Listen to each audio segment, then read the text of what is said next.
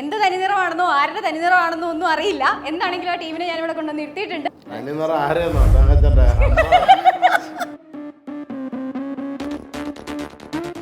നമ്മള് വിചാരിക്കണമെന്നല്ല കാണാൻ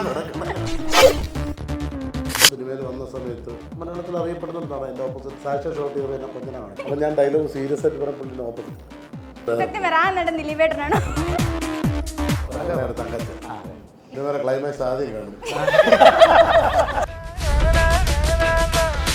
നീ ഓണം പമ്പർ അടിച്ചാൽ പോലെ തങ്കച്ച തീർന്നില്ലേ? ഒരു കോടി അടിച്ചാലും 7000 രൂപ കിട്ടുള്ളൂ.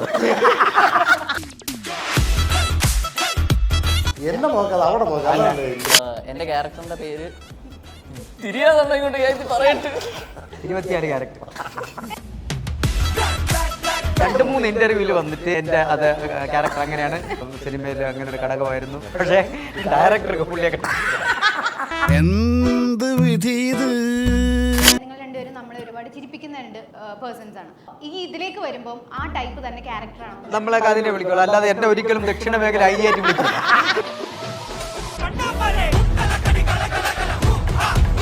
ഒരു വെള്ള പേപ്പർ ഒരു പേന തന്നിട്ട് പറഞ്ഞ് ഒന്നുമില്ല, നിങ്ങൾ തന്നെ ഇതിനകത്ത് കുറച്ച് കോമഡിയൊക്കെ ഉണ്ടാക്കി അഭിനയിക്കുന്നു. ഞാൻ പറഞ്ഞ് ചേട്ടാ ഇതിനകത്ത് ദൈവത്തിന് എനിക്ക്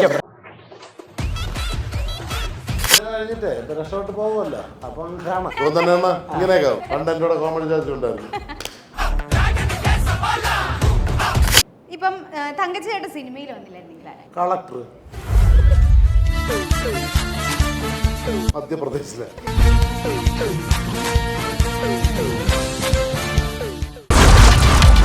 ഒരു ബിഹൈൻഡ് ദ സീൻ സ്റ്റോറി ഉണ്ട്.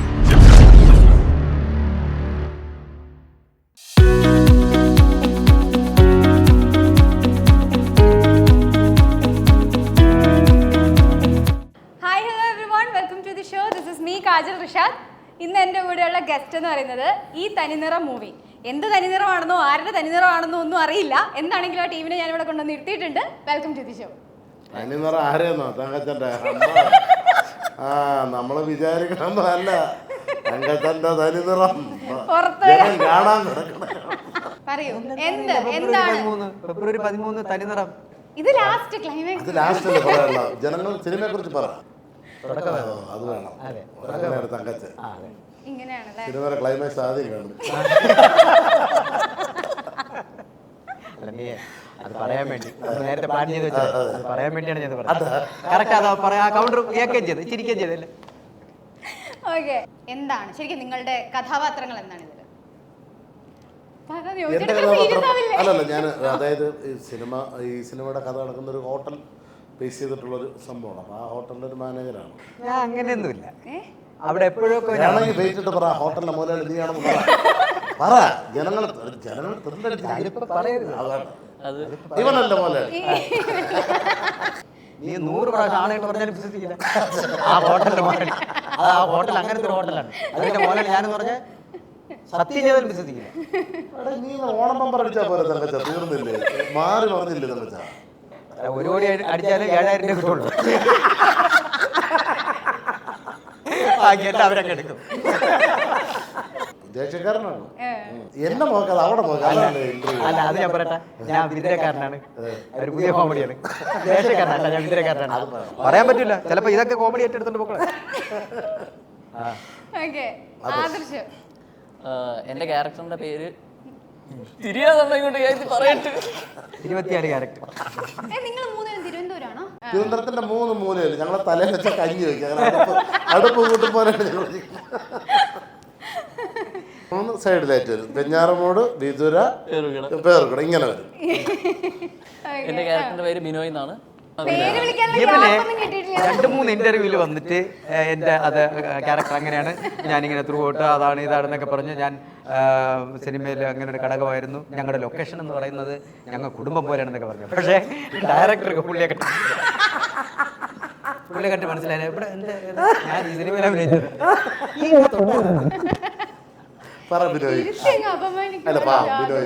അല്ലല്ല, ഇവര് രണ്ടുപേരും കൂടെ എന്നെ നേരത്തെ വഹിച്ചായിരുന്നു.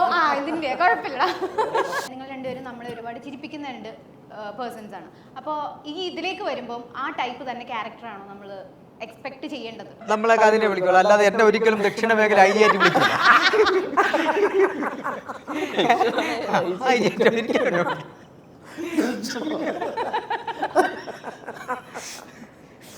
ഓക്കെ, എന്റെ ഭാഗത്ത് തെറ്റുണ്ട്.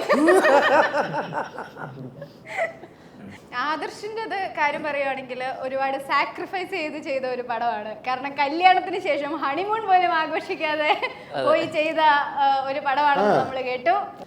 എന്റെ പെണ്ണ് കാണല് കഴിഞ്ഞ് പെണ്ണ് കാണാൻ 24 മണിക്കൂർ അവർ രണ്ടുപേരും ഒരുമിച്ച് വീഡിയോ അതിന്റെ കൂടെ പെണ്ണ് കാണലും കൂടെ അതെന്താണ് ഇപ്പോഴും നടത്തരാമത്.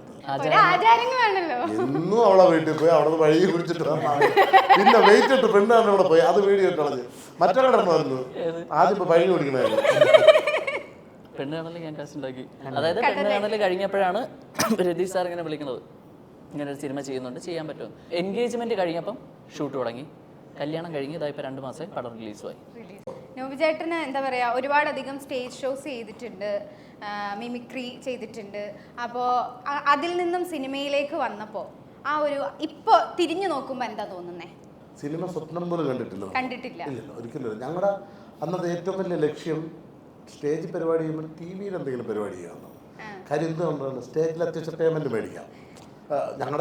ഞങ്ങളെ കൂടെ പ്രോഗ്രാം ചെയ്തായിരുന്നു നമ്മുടെ മരിച്ചുപോയ മോഹൻലാലേട്ടൻ, പറഞ്ഞൂടെ, മോഹൻലാലേട്ടൻ, നമ്മുടെ അനീഷ് ഇറങ്ങി, അവരൊക്കെ ആയിരുന്നു സീനിയർ. അപ്പോൾ അവരൊക്കെ ടി വി ആർട്ടിസ്റ്റുകളായതുകൊണ്ട് അവർക്ക് ശമ്പളം കൂടുതലാണ്. അപ്പം നമുക്കുള്ളിൽ എന്തെങ്കിലും ടി വിയിൽ ഒരു ചെറിയ പരിപാടി ചെയ്താൽ ടി വി സ്റ്റാർ എന്നും പറഞ്ഞ് അത്യാവശ്യം പേയ്മെൻറ്റ് മേടിക്കാം. അതായിരുന്നു നമ്മുടെ ലക്ഷ്യം.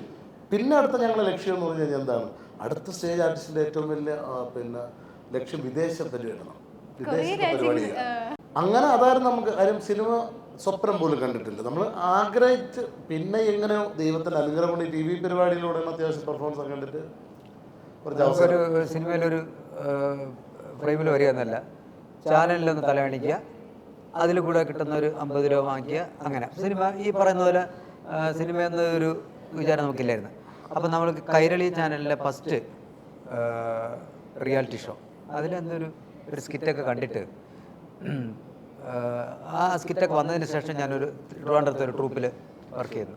അങ്ങനെ പാലക്കാട് ഒരു പ്രോഗ്രാമിന് പോയി. അപ്പം ഞങ്ങളെല്ലാവരും കൂടെ ഒരു ട്രൂപ്പ് വണ്ടിയിൽ അവിടെ ചെന്ന് ഇറങ്ങുന്നു. എന്നിട്ട് ഞാൻ ചായ കുടിക്കാൻ വേണ്ടി അവിടെ ചെല്ലുന്ന സമയത്ത് അവിടെ ഒരാൾ ഇരിക്കുന്നു. നിങ്ങൾ കൈരളിയിലെ പരിപാടിയിലുള്ളതല്ലേ? അതെ അതെ. നിങ്ങളുടെ ഒരു സ്കിറ്റൊക്കെ ഉണ്ടല്ലോ, അത് നല്ല രസമുണ്ടായിരുന്നു. നിങ്ങളൊരു മഞ്ഞ ടീഷർട്ടൊക്കെ ഇട്ടിട്ട് ഒരു സംഭവമൊക്കെ ചെയ്തില്ലേ? അതെ. കൊള്ളാം കേട്ടാ, നല്ല കോമഡി ഉണ്ട്, ഞങ്ങൾ നല്ല ചിരിച്ചു. അപ്പോൾ ഇതെല്ലാവരും കാണിക്കണ്ടേ, ആദ്യമായിട്ട് കേൾക്കുന്ന അഭിപ്രായമല്ലേ. അങ്ങനെ ഇതാരും കേട്ടില്ല. അപ്പോൾ ഈ ട്രൂപ്പിൻ്റെ മുതലാളി കൂടെ ഇവിടെ കേട്ടാൽ പാലക്കാടൊക്കെ അറിയാം കേട്ടെ എന്ന് പറയുമ്പോൾ 50 കൂടുതൽ ചോദിക്കാം, ഇത് നമുക്കൊരു വിലയുണ്ട് എന്ന് കണക്കാക്കിയിട്ട് നേരെ ട്രൂപ്പിൽ അവിടെ ചെന്നിട്ട് സ്റ്റേജിൽ ആ കട്ടനൊക്കെ വെച്ച് കെട്ടിക്കൊണ്ടിരിക്കുന്നവരെ എല്ലാവരും വരും ചായ കുടിക്കുമ്പോൾ. കാരണം മറ്റേ ആളെ കഴിച്ച് പോകുന്നതിന് മുമ്പേ അവർ ചായ കുടിക്കുമ്പോൾ അന്ന് ഇവർ വന്നു. എല്ലാവരും വാഴയ്ക്ക് പോകും, ചായയും ഒക്കെ വെച്ച് കൊടുത്ത് സിഗരറ്റ് വലിക്കുന്നവർ അങ്ങനെ, പിന്നെ വീഡിയോ വലിക്കുന്നവർ പിന്നെ ഒരു വിൽസ എടുത്ത് വലിക്കുകയുള്ളൂ അങ്ങനെ. എന്നിട്ടും ഈ ഇരിക്കുന്ന അങ്ങേര് എൻ്റെ കയ്യിൽ കിട്ടിയാൽ ഒരക്ഷരമുണ്ട്.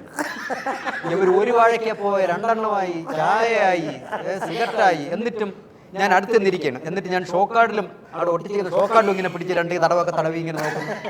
അപ്പോഴും ഞാൻ വിചാരിച്ചേ നിങ്ങളെ പരിപാടിയൊക്കെ കൊള്ളാം എന്ന് പറയുമ്പോൾ ഞാൻ ഈ മുതലാളിയൊക്കെ നോക്കിയവരെയൊക്കെ നോക്കിയിട്ടേ അപ്പോൾ എനിക്കൊരു 50 രൂപ കൂടുതൽ വയ്ക്കാം. അപ്പോൾ തിരിച്ച് അങ്ങോട്ട് പരിപാടി കഴിഞ്ഞ് അങ്ങോട്ട് പോകുമ്പം ഈ ട്രൂപ്പ് വണ്ടിക്കകത്ത് സംസാരമുണ്ട്. അങ്കച്ചൻ അങ്ങോട്ടൊക്കെ അറിഞ്ഞു തുടങ്ങി കേട്ടാ എന്ന് പറയുമ്പോൾ എനിക്കൊരു വില. എന്നാൽ ഇവർ ഒരൊറ്റ അക്ഷരം വേണ്ടിയിട്ടില്ല. ഓരോരുത്തരും 3-4 വാഴയ്ക്കപ്പുറത്തുനിന്ന് ചായയൊക്കെ കുടിച്ച് എല്ലാം പോയി സിഗരറ്റും വലിച്ച് എല്ലാം അതെ വെള്ളം വലിയും പോലെ പോയി. ഞാൻ പൈസയും കൊടുത്തിട്ടിരിക്കുന്നു. എല്ലാവരും പോയതിന് ശേഷം അറിയില്ലേ. അപ്പം ഇനി അടുത്ത് എന്താണ് ഷൂട്ട് കൊള്ളാം കേട്ടോ നിങ്ങളുടെ. അപ്പം എൻ്റെ മനസ്സിലെടാ അവർ നിന്ന സമയത്ത് നീ ചോദിച്ചിരുന്നെങ്കിൽ അങ്ങനെ കൊടുത്തെടുത്ത് എന്നെ ഫസ്റ്റ് സിനിമയ്ക്ക് വിളിച്ചയാൾ നാളൊരു വേഷമുണ്ട് വരണം എന്ന് പറഞ്ഞു. ഞാൻ പറഞ്ഞു വരാം. ആ വരുമ്പോൾ ഒരു കൈലിയും ഒരു തോർത്തും ഒരു ഷർട്ടും കൊണ്ടുവരണേന്ന് പറഞ്ഞു. അപ്പം ഞാൻ പറഞ്ഞു നിങ്ങൾ എന്നെ ആനക്കുപ്പിൽ ജോലിക്ക് വിളിക്കുന്നതാണ്, സിനിമയിൽ അഭിനയിക്കാൻ വിളിക്കുന്നതാണ്. ഞാൻ വീട്ടിൽ ചോറും കൂടെ കൊണ്ടുവന്നു. ചെന്നപ്പോൾ ഒരു വെള്ള പേപ്പർ എടുത്ത് വെച്ച് തന്നിട്ട് ഒരു പേന തന്നിട്ട് പറഞ്ഞ് ഒന്നുമില്ല, നിങ്ങൾ എന്നെ ഇതിനകത്ത് എഴുതി കുറച്ച് കോമഡിയൊക്കെ ഉണ്ടാക്കി അഭിനയിക്കുന്നു. ഞാൻ പറഞ്ഞ് ചേട്ടാ ഇതിനകത്ത് ദൈവത്തിന് സ്തുതി എന്തെങ്കിലും എനിക്ക് ഓം എന്നെങ്കിലും എഴുതി വെക്കും. നിങ്ങൾ എന്തെങ്കിലും ഒരു വരെയെങ്കിലും വരച്ചില്ല. ആ സത്യം ആ പടത്തിൽ ഞാനും ഉണ്ട്. അല്ല നിങ്ങൾക്ക് ആക്ച്വലി സ്പോട്ട് കോമഡി വർക്ക് ആവുന്നതുകൊണ്ടാണോ അത്? അല്ലെന്ന് ഇത് റിയൽ ആയിട്ട് നടന്ന ഇത് സംഭവം. നടന്ന സംഭവം. അപ്പൊ ഞാൻ ചെന്നപ്പോഴേ ഞാൻ അവനുണ്ട് ഷൂട്ടിന്. അപ്പൊ ഞാൻ ചെന്നപ്പോ എന്നെ കണ്ടോണ്ട് ഡയറക്ടർ വന്നിട്ട് ഈ ഷർട്ട് സൂപ്പർ ഷർട്ട്, ഇത് കൊള്ളാം കേട്ടോ ഈ ഷർട്ട്, ഇത് ക്യാമറ പറ ഈ നല്ല ഷർട്ടല്ലേ, ഈ മതി നീ ഷർട്ട് മതി. അവനെ എൻ്റെ ഷർട്ടിനോട് ഞാൻ വിചാരിച്ചു. ആ കാര്യം വേറെ കോസ്റ്റ്യൂം ഇല്ല. അതുകൊണ്ട് സ്പോട്ട് കോമഡിയും കണ്ടന്റും സ്പോട്ട് ഇതൊക്കെ വരും. കാരണം വീടിന്റെ ലോണ് അല്ലേ, കാറിന്റെ ലോണ്, ഓട്ടോമാറ്റിക്. എല്ലാം വന്നോളൂ, ഡയലോഗൊക്കെ വന്നോളൂ. വേറെ സംഭവം അറിയോ, പണ്ട് മിക്ക മലയാള സിനിമയിൽ ഒരുപാട് മിമിക്രിന്ന് ഒരുപാട് പേര് സിനിമയിൽ എത്തിപ്പെട്ടു. ഇന്ന് അതേപോലെ ഓപ്പോസിറ്റായി. ഇന്ന് റീൽസ് കണ്ടിട്ട് റീൽസിൽ നിന്ന് ഒത്തിരി പേര് സിനിമയിലേക്ക് സെലക്ട് ചെയ്യുന്നു. കൈകാറിൽ ഒതുങ്ങി ഇത് കൊള്ളാം അല്ലേ, അല്ലേ, ആ ഇത് കൊള്ളാം സത്യം. അപ്പൊ അതുപോലെ ഒരു ഭാഗ്യം കിട്ടിയ ആളാണ് ആദർശ്. ആദർശമല്ല വേറെ ഞങ്ങളും കാര്യം, പിന്നെ ഇപ്പൊ ആദർശിന്റെ ഫസ്റ്റ് മൂവി അല്ലേ ഇത്? ഇതെന്റെ മൂന്നാമത്തെ പടം. പക്ഷെ എന്റെ തുടക്കം ഇവിടെ നിന്നൊക്കെ തന്നെയാണ്. ഇവിടെ തന്നെയാണ്. കാരണം നോബിച്ചേട്ടൻ്റെ ഒക്കെ അടുത്തുനിന്ന് കോമഡി സ്റ്റാർസിൽ നിന്നാണ് തുടക്കം. അപ്പം അന്നേ നോബിച്ചേട്ടനൊക്കെ കാണുമ്പോഴേ ഞാൻ ഇങ്ങനെ വിചാരിക്കും നോബിച്ചേട്ടനെ കണക്കൊക്കെ ഇങ്ങനെ സ്കിറ്റൊക്കെ കളിക്കണം, തങ്കച്ചൻ ചേട്ടൻ എന്ന് വെച്ചാൽ പണ്ട് ചെറുപ്പം തൊട്ടേ കണ്ട്. എനിക്ക് തോന്നുന്നു എൻ്റെ സീരിയസ് ആയിട്ടാണ് ഞാൻ ഉള്ളത് പറയണം. എൻ്റെ ഒരു 8ാം ക്ലാസ് അല്ല, ഞാൻ ആ ഫോട്ടോ കാണിച്ചു കൊടുത്തിട്ടുണ്ട് നോബിച്ചേട്ടന്. പണ്ട് എടുത്തിട്ടുള്ള കോമഡി സ്റ്റാർസിൽ വെച്ച് എടുത്തിട്ടുള്ള പഴയ ഫോട്ടോസ്. ഇതിനെ കഴിഞ്ഞിട്ടേ ഇപ്പൊ രക്ഷോട്ട് പോകുമല്ലോ, അപ്പം കാണാം. അറിയാം, അഭിനയിച്ചിട്ടുണ്ട്. ഇങ്ങനെയൊക്കെ ആവും. പണ്ട് എൻ്റെ കൂടെ കോമഡി ചാച്ചിട്ടുണ്ടായിരുന്നു. അങ്ങനെ വരണം, അതാണ്. ഇവരുടെ ഫേസിലൊക്കെ എപ്പോഴും ഭയങ്കര ഇന്നസെൻസ് ഉണ്ട്. അത് ക്യാമറ ഓൺ ആക്കി മാത്രമാണോ അതോ എപ്പോഴും അങ്ങനെയാണോ? ഈ നോബിച്ചേട്ടന് വേറൊരു സ്വഭാവമുണ്ട്. അതാണ് ഈ തനിമ. അതല്ല, നമ്മളിപ്പോ ഒരു ഷോട്ട് എടുത്തുകൊണ്ടിരിക്കുമ്പോഴേ നോബിച്ചേട്ടൻ സൈഡിൽ കൂടെ കൗണ്ടർ പറയും. നമ്മൾ മാത്രമേ അത് കേൾക്കുള്ളൂ. അങ്ങനെ എനിക്ക് ഓർമ്മയുള്ള വെച്ചാൽ ഇടയ്ക്ക് ഒരു ഇൻവെസ്റ്റിഗേഷൻ്റെ സംഭവം നടന്നുകൊണ്ടിരിക്കണം. സുരേഷ് സാറിനെയൊക്കെ ഇങ്ങനെ ചോദ്യം ചെയ്യുന്ന സാധനം നടന്നുകൊണ്ടിരിക്കുമ്പോൾ ഭയങ്കര സൗണ്ട്, ആൾക്കാർ അവിടെ നിന്ന് അവിടെ ഇവിടെയൊക്കെ ബഹളം വയ്ക്കും. അപ്പം നോബിച്ചേട്ടൻ ഇങ്ങനെ ഇരുന്നിട്ട് എല്ലാവരും ബഹളം വെച്ചുകൊണ്ടിരുന്നപ്പം അതൊക്കെ ഡയറക്ടർ സൈഡിൽ നിന്നോട് സൈലൻസ് സംസാരമുണ്ട്. എന്നിട്ട് ആൾക്കാർ വരുന്നു, ഈ സൈലൻസിൻ്റെ ഭാഷ ഇംഗ്ലീഷ് അറിഞ്ഞിട്ട് ഞാൻ മലയാളത്തിൽ പറയാം. സൈലൻറ്റ് എല്ലാവരും, അനുപണ്ണ എല്ലാവരും നിന്നിട്ട് ഭയങ്കര സൈലൻറ്റ്. ഒരു ചേച്ചി നമ്മൾ 4 മണിയൊക്കെ ആകുമ്പോൾ മറ്റേ ലൈം ടീ ഒക്കെ കൊണ്ടുവരും. ലൈം ടീ റസ്ക് ഒക്കെ ഇങ്ങനെ കൊണ്ടുവന്ന് അടുത്തോട്ട് വന്നു. നോബിച്ചേട്ടൻ പതുക്കെ ഇരുന്നിട്ട് സൗണ്ട് ഉണ്ടാക്കാതെ കഴിക്കണം റസ്ക്. ഇത് കേട്ട് ആ സ്പോട്ടിൽ എല്ലാവരും ചിരിച്ച്. എന്നിട്ട് ഡയറക്ടറോടെ നമ്മളെ നോക്കി നമ്മൾ ചിരിച്ചോണ്ടിരിക്കണം. ഒന്നും മിണ്ടാതെ ഇത് കഴിച്ചിട്ട് ഈ ഒരു എക്സ്പ്രഷൻ അങ്ങനെ സ്വഭാവമാണ്. പിന്നെ രാത്രിയിൽ ഒരു ഷൂട്ടിന് ഇതാണൊക്കെ ആയിരുന്നു അടുത്തിരുത്. അത് പക്ഷേ പറയാൻ പറ്റില്ല, പടം ഇറങ്ങിയിട്ടേ പറയാൻ പറ്റുള്ളൂ. നമ്മൾ സുധാരണൻ്റെ എല്ലാവരും ഈ പടത്തിലെ വില്ലനായിരുന്നു അറിയാമോ. അപ്പം നമ്മളെ സ്ക്രിപ്റ്റ് വായിച്ചിട്ടുണ്ടെങ്കിൽ നമുക്ക് ആർക്കും അറിയണം ആരാണ് പടത്തിൽ വില്ലനുണ്ട്, ആരാണെന്ന് ആർക്കും അറിഞ്ഞൂടാ. എനിക്കറിയാമായിരുന്നു. ചില്ലണ്ണ ക്യാമറ ഫ്രണ്ടിൽ നിൽക്കണം, അവിടെ നിന്ന് എല്ലാം സെറ്റ് ചെയ്തോണ്ടിരിക്കും. ആരാണ് ഇൻവെസ്റ്റിഗേഷൻ അല്ലേ സിനിമ, അപ്പം സർപ്രൈസ് ആണല്ലോ ഇത്. സസ്പെൻസ് ഇത് ആരാണ്, പിന്നെ ഇതാണ് നമുക്ക് അറിയില്ലല്ലോ. അങ്ങനെ ഭയങ്കര ചോദ്യം ചെയ്യൽ ഇതൊക്കെ ആയിട്ട് എല്ലാം ടെൻഷൻ ചെയ്ത് ഞങ്ങൾ എല്ലാവരും ഒരുമിച്ചിരിക്കുന്ന സീനാണ് ഇങ്ങനെ. അപ്പോൾ ഇവരെന്നെ ഇങ്ങനെ ഇവിടെ അനുവണ്ണം പറഞ്ഞ സീനാണ്, റിഹേഴ്സലാണ്. ആരാണെന്ന് അറിയാമോ ഇതിൽ യഥാർത്ഥ പ്രതി? അപ്പം ഇവ ഇല്ല, മേക്കപ്പിലെ സുധാകരൻ ബാഗത്തിൽ ഞാൻ പറഞ്ഞില്ല സുധാകരനാണ്. ഇവ കിടന്ന് ചിരിക്കുന്ന അവിടെ കിടന്ന് കുറച്ച് നമ്മളവിടെ വെച്ചങ്ങ് ഈ സുധാകരൻ. പിന്നെ ഇവർ കാണുമ്പോഴേ ഇവരൊരു ഡൗട്ട്, ഇവരുടെ സുധാകരനാണോ പുള്ളി സൈഡിൽ വേറെ എന്തോ ഒരു മൂഡിൽ താടിയൊക്കെ ഇരിക്കണം. ഞാൻ വിചാരിച്ചില്ല ഭയങ്കര അത് ശരിക്കും പറയാതെ. പിന്നെ നമ്മൾ ഇപ്പോഴും കാണുമ്പോഴും ഞാൻ ചോദിക്കണം സുധാകരനെ കാണാറുണ്ട്. ആ ഒരു നൈസർ സംഭവമായിരുന്നു. നമ്മളോടൊരു പറ്റില്ല 1-2 ദിവസത്തെ വേഷമൊക്കെ ഉണ്ടായിരുന്നു. അന്ന് അവൻ തലമുടി വളർത്തിയിരുന്നു. അങ്ങനെ കൺട്രോളർ വിളിക്കണം, നമുക്ക് ഡബിങ് ആണ്. അയ്യോ ചേട്ടാ, അയ്യോ ചേട്ടാ പറ, അയ്യോ ചേട്ടാ ഞാൻ തലമുടി വെട്ടി ചേട്ടാ. കണ്ടിന്യൂറ്റി ചെയ്യാണ് തലമുടി വെട്ടി. ഇവരതിനെ എന്തെന്നറിയാമോ, ഇവരതിനെ ഒരു പ്രാവശ്യം കൂടി ചോദിച്ചു, എന്ത് ഞാൻ തലമുടി വെട്ടി ചേട്ടാ, കുഴപ്പമുണ്ട് ചേട്ടാ. അപ്പോൾ ഇവരതിനെ വളർത്തി. എന്ത് പണികളാണ് നീ കാണിച്ചത്? എന്ത് പണി ഇത് കണ്ടിന്യൂറ്റി ചെയ്ത് എന്ത് പണിയാണ് കാണിച്ചത്? ചേട്ടാ ഞാൻ തലമുടി വെട്ടി ചേട്ടാ. 2 ദിവസം നോബിച്ചേട്ടനാണെങ്കിലും തങ്കച്ചേട്ടനാണെങ്കിലും അങ്ങോട്ടും ഇങ്ങോട്ടും എക്സ്ട്രീമായിട്ട് ട്രോളുന്ന ആളുകളാണ്. ഓക്കെ, അപ്പോൾ നിങ്ങൾ ഒരുമിച്ച് ഇപ്പോൾ ഒരു സീരിയസ് ആയിട്ട് എന്തെങ്കിലും അഭിനയിച്ചുകൊണ്ടിരിക്കുമ്പോൾ ഓപ്പോസിറ്റ് നിൽക്കുന്നത് തങ്കച്ചൻ ചേട്ടനാണെങ്കിൽ നിങ്ങൾക്ക് അഭിനയിക്കാൻ ആ ബുദ്ധിമുട്ട് തോന്നുമോ? ഞങ്ങൾ എത്രയോ സ്റ്റേജിൽ ഒരുമിച്ച് ചെയ്തിട്ടുണ്ട്, ചിരിച്ചിട്ടുണ്ട്.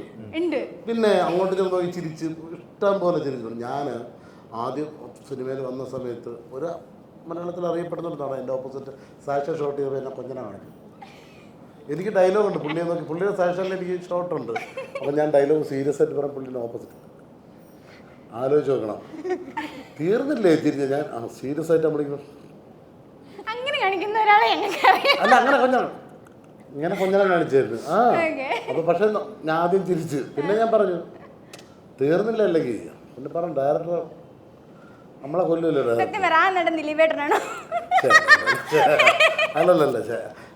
ദിലീപേട്ടനല്ല, ഇവനെ കാണുമ്പോൾ തന്നെ ദിലീപേട്ടൻ ചിരിയാണ്. നമ്മളെ കല്യാണ സീൻ ചെയ്തു.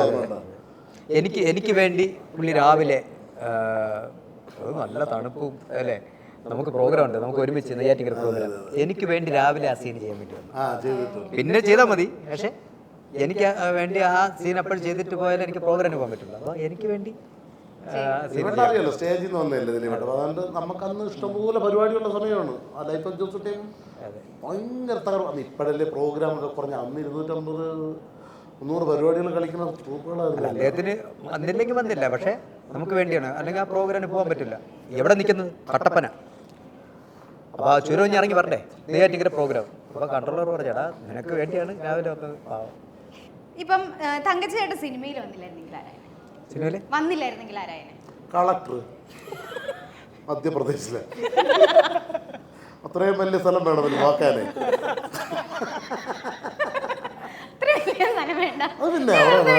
സിനിമ അല്ലാതെ കലാഫീൽഡിലെ ഏതെങ്കിലും ഒരു ഭാഗത്ത് കല തന്നെയായിരുന്നു ഇഷ്ടം. ഏതെങ്കിലും ഒരു മൂലയിലുണ്ടാവും, ഏതെങ്കിലും ഒരു ഭാഗത്തുണ്ട്. ഇതില് ഫുഡ് കണ്ടാൽ ഡയലോഗ് പോലും മറന്നു പോകുന്നത് ആരും? ഫുഡ് കണ്ടാൽ അങ്ങനെ കിട്ടില്ല. കൈ അടുത്തേക്കുന്ന എന്റെ കൈ വരെ പിടിച്ച് കടിച്ചിട്ടുണ്ടോ? കറക്റ്റ് സമയത്ത് ഫുഡ് വേണം.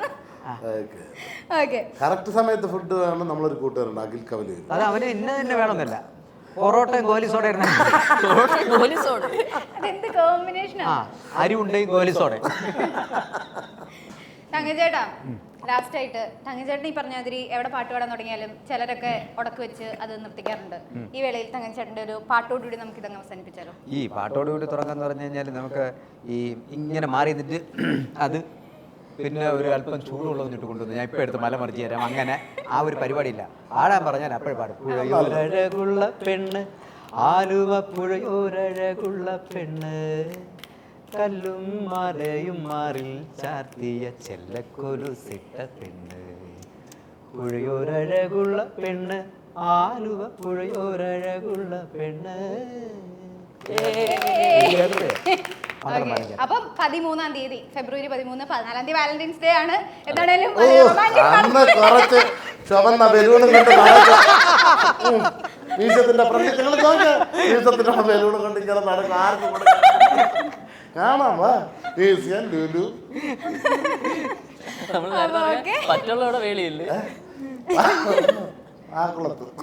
അപ്പൊ ലാസ്റ്റ് ആയിട്ട് നിങ്ങൾക്ക് പ്രേക്ഷകരോട് എന്താണ് ഫെബ്രുവരി 13 പറയാനുള്ളത്? ഫെബ്രുവരി 13 തിയേറ്ററിൽ തന്നെ വന്ന് കാണണം ഈ തനിനിറം. ഓക്കെ, അപ്പോൾ എല്ലാവരും തിയേറ്ററിൽ തന്നെ കാണുക. തിയേറ്ററിൽ ഒന്ന് കാണാം. അപ്പോൾ thank you guys, thank you so much. Thank you.